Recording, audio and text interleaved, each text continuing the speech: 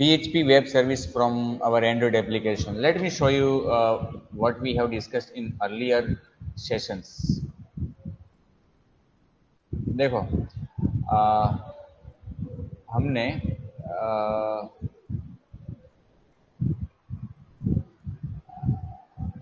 ये अपना PHP का सॉरी MySQL का टेबल है जो हम काफ़ी समय से यूज़ कर रहे हैं। सी हमारे पास ये डेटाबेस है NJSMTI, ओके, और उसमें ये प्लेयर्स टेबल है जिसमें काफ़ी सारे रिकॉर्ड्स है। नाम क्या है टेबल का? प्लेयर्स। ये हमने पहले बनाया हुआ है। अब देखो हमने PHP का एक प्रोग्राम लिखा था। PHP का प्रोग्राम डेटाबेस के रिकॉर्ड्स को रीड करने के लिए, डेटाबेस के टेबल के रिकॉर्ड्स को रीड करने के लिए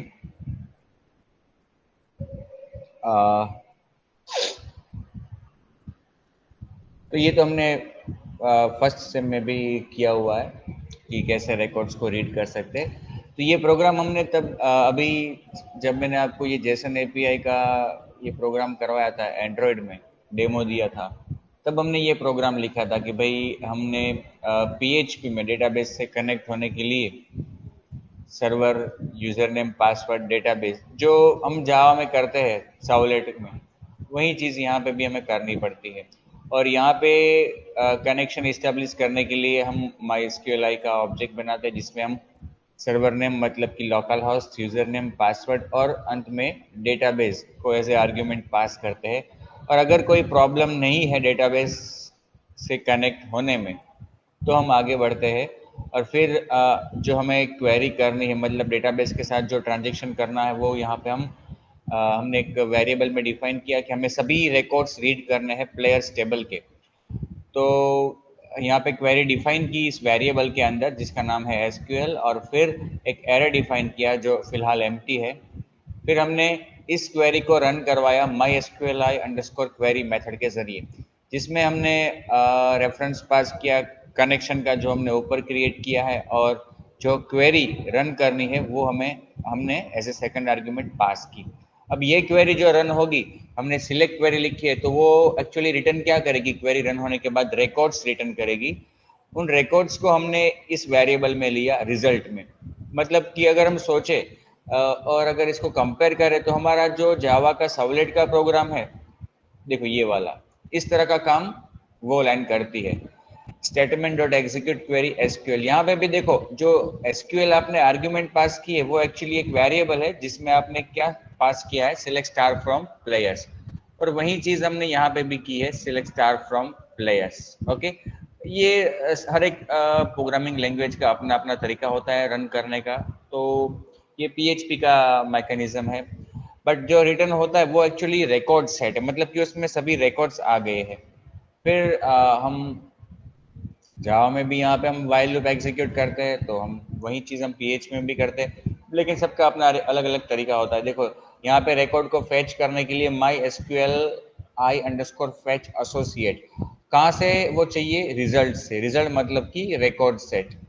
रिजल्ट से एक एक रिकॉर्ड आएगा किस में? रो नाम के वेरिएबल में, और फिर हम उसको ऑटोमेटिकली मत ऑटोमेटिकली नहीं बट उसको हम इंक्रीमेंटली एरे में पुश कर रहे हैं या ऐड कर रहे हैं। तो ये पूरी लूप जब खत्म हो जाएगी तो अंत में इस प्लेयर्स एरे के अंदर इस टेबल के सभी रिकॉर्ड्स होंगे, है ना? प्लेयर्स टेबल के प्लेयर्स वेरिएबल के अंदर मतलब कि प्लेयर्स एरे के अंदर इस टेबल के सभी रिकॉर्ड्स होंगे प्लेयर्स टेबल के, ठीक है। और फाइनली फिर हम उस एरे को हम डिस्प्ले कर रहे जेसन अंडरस्कोर एनकोड मेथड के जरिए, मतलब उस एरे को हम जेसन में कन्वर्ट करके एनकोड करके हम डिस्प्ले कर रहे हैं।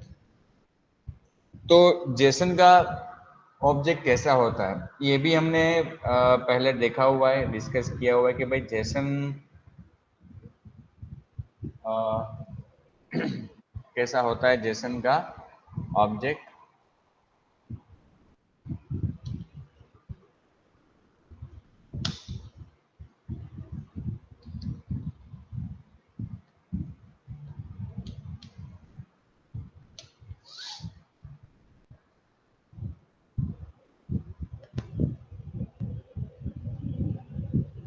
देखो ये इस तरह का होता है जेसन का ऑब्जेक्ट, जिसमें ये कर्ली ब्रैकेट से उसकी बॉडी ओपन होती है, कर्ली ब्रैकेट क्लोज से क्लोज होती है, और उसमें क्या होता है, जो उसके एट्रीब्यूट्स होते हैं उनके नेम और उनके वैल्यूज की पेयर होती है। Pair, you can compare this Jason object with a map object. Map object जो होता है जावा में, उसके साथ इसको कंपेयर कर सकते हो, क्योंकि मैप भी क्या है, collection of pairs, collection of elements where each element is a pair of key and value.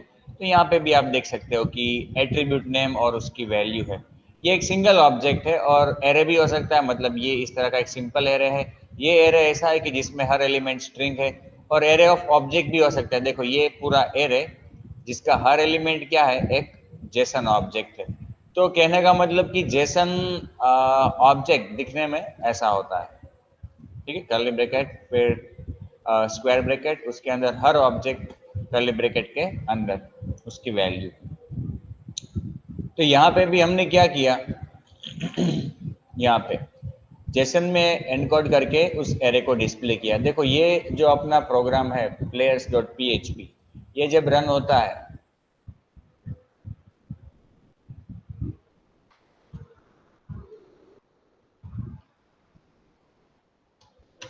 ये उसका आउटपुट। देखो सभी रिकॉर्ड्स आ गए। शुरू में क्या आया, शुरू में कर्ली ब्रैकेट आया, मतलब एरे है, और अंत में वो एरे खत्म हो रहा है। और जितने रिकॉर्ड्स है अपने टेबल में, ये पहला रिकॉर्ड, तो वो देखो यहाँ पे पहला रिकॉर्ड एज फर्स्ट ऑब्जेक्ट, फिर दूसरा record as second object. Square bracket जो यहाँ पे शुरू हुआ है वो यहाँ पे खत्म हो रहा है। मतलब पूरा एरे है जिसके हर एलिमेंट एक ऑब्जेक्ट है। ये सेकंड एलिमेंट, फिर कोमा, ये थर्ड एलिमेंट, फिर कोमा, ये फोर्थ एलिमेंट, फिर कोमा। ठीक है, इस तरह से। तो इस तरह का आउटपुट हमने जनरेट किया अपने पीएचपी के प्रोग्राम से। और ये जो अपने पीएचपी के प्रोग्राम का आउटपुट है ना, वो एक जेसन एरे है, वो जेसन डेटा है।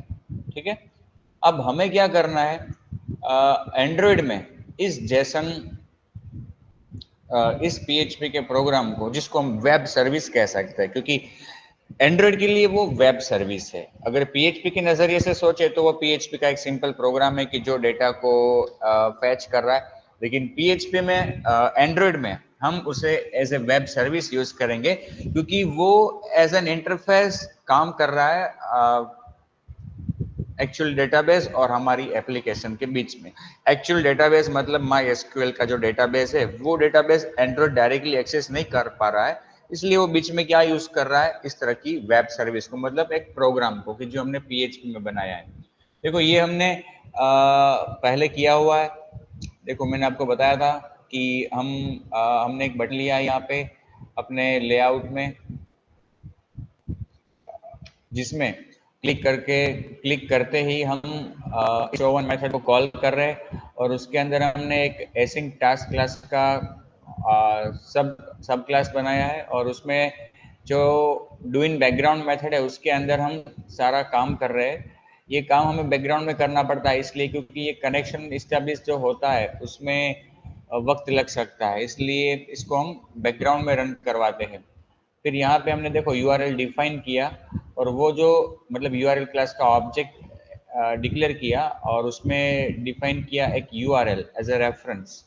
तो वो जो यूआरएल है वो किसका यूआरएल है, players.php। देखो यहाँ पे जो यूआरएल है वो है players.php, लेकिन लोकल होस्ट वहाँ पे हम नहीं लिख सकते, इसलिए हम यहाँ पे क्या लिखते हैं, आईपी एड्रेस लिखते हैं। वो आईपी एड्रेस कैसे जाना जाता है, तो देखो आप अपने पीसी में कमांड विंडो ओपन करके आईपी कॉन्फ़िग कमांड रन करवाओगे, तो IP4 एड्रेस जो आपको यहाँ पे दिखाई देता है, IP4 एड्रेस, वो होता है आपका आईपी। देखो आप यहाँ पे भी चेक कर सकते हो, लोकल होस्ट की जगह पे अगर आप लिखते हो 192.168.0 डॉट आपका आईपी एड्रेस, देखो ये इस तरह से काम करता है आईपी एड्रेस। ठीक है, इसलिए यहाँ पे हमने आईपी एड्रेस लिखा है, और फिर बाकी का URL as it is players.php। तो इसका मतलब क्या हुआ कि वो पीएचपी का जो प्रोग्राम है अपना, जिस उसका जो यूआरएल है वो हम यहाँ पे लिख रहे हैं। मतलब एक यूआरएल हम यहाँ पे डिफाइन कर रहे हैं। तो जावा में यूआरएल एक क्लास है जो जिसका ऑब्जेक्ट किसी भी यूआरएल को व्रैप कर सकता है। तो यहाँ पे हमने यूआरएल ऑब्जेक्ट के अंदर एक यूआरएल डिफाइन किया। फिर हम इस यूआरएल के लिए कनेक्शन एस्टेब्लिश करेंगे, HTTP यूआरएल कनेक्शन। और फिर हम कनेक्शन एस्टेब्लिश होने के बाद उस कनेक्शन से, मतलब ये यूआरएल जब रन होता है तो जो वेब पेज जनरेट होता है उस वेब पेज को हमें यहाँ पे रीड करना है। तो वो यूआरएल तो हमने यहाँ पे लिख दिया, कनेक्शन भी इस्टेब्लिश कर दिया, मतलब कि वो वेब पेज अपने को मिल गया। अब उस वेब पेज से रीड करने के लिए हमने बफर रीडर का ऑब्जेक्ट बनाया और उसमें रेफरेंस पास किया new input stream reader connection dot gate input stream. Connection से रीड करने के लिए उसका इनपुट स्ट्रीम रिट्रीव किया। फिर हमने एक वेरिएबल लिया स्ट्रिंग टाइप का जेसन, वो तो केवल नाम दिया है जेसन, कुछ भी नाम दे सकते हो। अब वो जो वेब पेज जनरेट हुआ है उसका जो इनपुट स्ट्रीम है उसका रेफरेंस हमने ले लिया। फिर जब तक उसमें एंड नहीं आता तब तक हम उसमें से एक एक लाइन रीड कर रहे हैं और किस में अपेंड कर रहे हैं, एक स्ट्रिंग बिल्डर में। और फाइनली हमने वो स्ट्रिंग बिल्डर यहाँ से रिटर्न कर दिया। कहाँ से रिटर्न करवाया? अपनी डू इन बैकग्राउंड मेथड से। तो डू इन बैकग्राउंड से जो हम रिटर्न करते हैं वो कहाँ पे मिलता है अपने को? ऑन पोस्ट एग्जीक्यूट में मिलता है। तो जो हमने रिटर्न करवाया स्ट्रिंग वो अपने को मिल गया एस में। फिर हमने वो एस जो है मतलब कि पूरा डेटा, वेब पेज का पूरा डेटा, मतलब कौन सा डेटा? ये पूरा डेटा अपने को किस में मिल गया? एस में। हमने वो पास कर दिया लोड लिस्ट व्यू मेथड को, जो हमने ही बनाई है। अब देखो वो मेथड भी यहाँ पे डिफाइन की है। अब यहाँ पे पूरा डेटा अपने को मिल गया वेब पेज का। अब हमें हमें पता है वो वेब सर्विस हमने बनाई है, हमें पता है कि वो जो पूरा डेटा है ना वो एक जेसन एरे है ना। तो हम यहाँ पे अपने अपने को एंड्रॉयड में जेसन एपीआई दिया गया है यूज करने को। हम जेसन एरे क्लास बना, जेसन एरे क्लास है, जेसन ऑब्जेक्ट क्लास है, क्योंकि जेसन एरे जो है उसका हर एलिमेंट जेसन ऑब्जेक्ट है। तो पहले तो हम जेसन एरे बनाएंगे, JSON array equal to new JSON array, और आर्ग्यूमेंट पास कर दी एस, मतलब एस जिसमें वो पूरा डेटा है वेब पेज का। उसके ऊपर से हमने जेसन एरे डिक्लेयर किया, डिफाइन किया जेसन एरे नाम का। फिर हमने एक एम्प्टी एरे बनाया नेम्स, क्योंकि हमें लिस्ट व्यू में हर रिकॉर्ड के नेम डिस्प्ले करने हैं। तो हमने स्ट्रिंग एरे बनाया और उसकी लेंथ कितनी दी? इस जेसन एरे की जितनी लेंथ है उतनी, मतलब जितने रिकॉर्ड्स उस डेटाबेस के टेबल में है उतनी लेंथ दे दी। फिर हमने यहाँ पे लूप चलाई, जितने एलिमेंट्स है जेसन एरे में उतनी बार, इन अदर वर्ड्स यहाँ पे जितने एलिमेंट्स है, जितने ऑब्जेक्ट्स है उतनी बार लूप चलेगी। पहली बार लूप चलेगी तो हम इस पहले ऑब्जेक्ट को रिट्रीव करेंगे। रिट्रीव करने के बाद उसमें जो पी नेम है, मतलब नेम, उस नेम को हम स्टोर करेंगे अपने नेम्स नाम के एरे में। देखो हर बार लूप चलेगी, हम एक जेसन ऑब्जेक्ट रिट्रीव करेंगे, गेट जेसन ऑब्जेक्ट ऑफ आई। आई मतलब पहली बार 0 तो पहला ऑब्जेक्ट, दूसरी बार 1 तो दूसरा ऑब्जेक्ट। जो भी ऑब्जेक्ट मिलता है अपने को वो इस वेरिएबल में मिलेगा जेसन ऑब्जेक्ट में। और उसमें से हम एक स्ट्रिंग रीड करते हैं, कौन सी string? P name. P name माने ये पहली बार सचिन, दूसरी बार सौरव, तीसरी बार राहुल, इस तरह से। और फिर वो हम किस में स्टोर कर रहे हैं? अपने नेम्स नाम के एरे में। फिर जो नेम्स नाम का अपना एरे है उसको एज ए सोर्स रखकर हमने एक एरे एडेप्टर क्रिएट किया और फिर उस एरे एडेप्टर को हमने सेट करवा दिया लिस्ट एडेप्टर पे। तो क्या होगा? इस लिस्ट व्यू में जो डेटा डिस्प्ले होगा वो क्या होगा? अपने डेटाबेस के टेबल के नेम्स। ठीक है, तो ये हमने किया था प्रीवियस डेमो में, जब हमने एंड्रॉयड का डिस्कशन किया था पिछले वीक तब। किसी को कुछ डाउट है तो पूछ सकता है।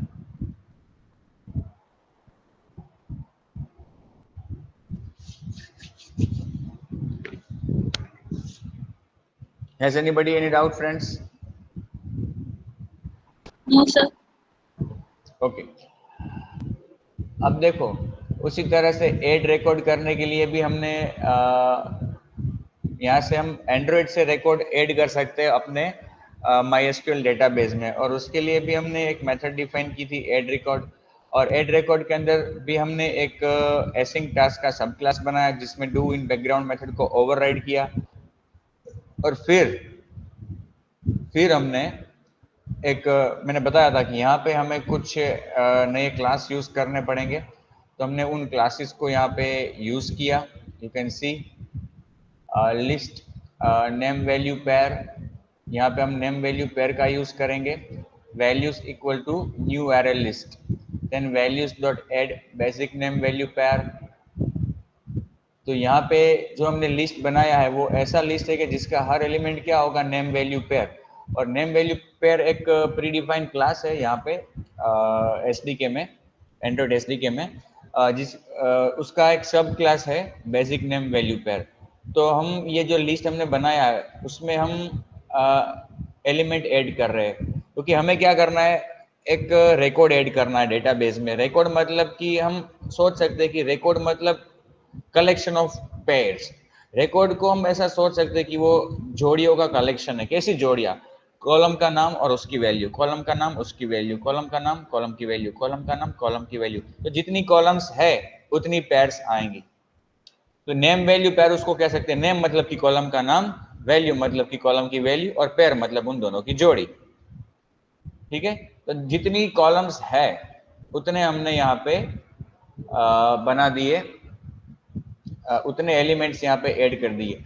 अब देखो, एक्चुअली हम यहाँ पे जो पास करेंगे ना वो कॉलम के नाम नहीं होंगे, वो एक्चुअली क्या होगा पता है, आपको बताता हूँ। देखो, इसको मैं कमेंट देता हूँ इसमें। हमने, अब देखो, जैसे हमने रिकॉर्ड्स को रीड करने के लिए पीएचपी वेब सर्विस बनाई, उसी तरह से रिकॉर्ड को ऐड करने के लिए भी हमने वेब सर्विस बनाई थी, है ना।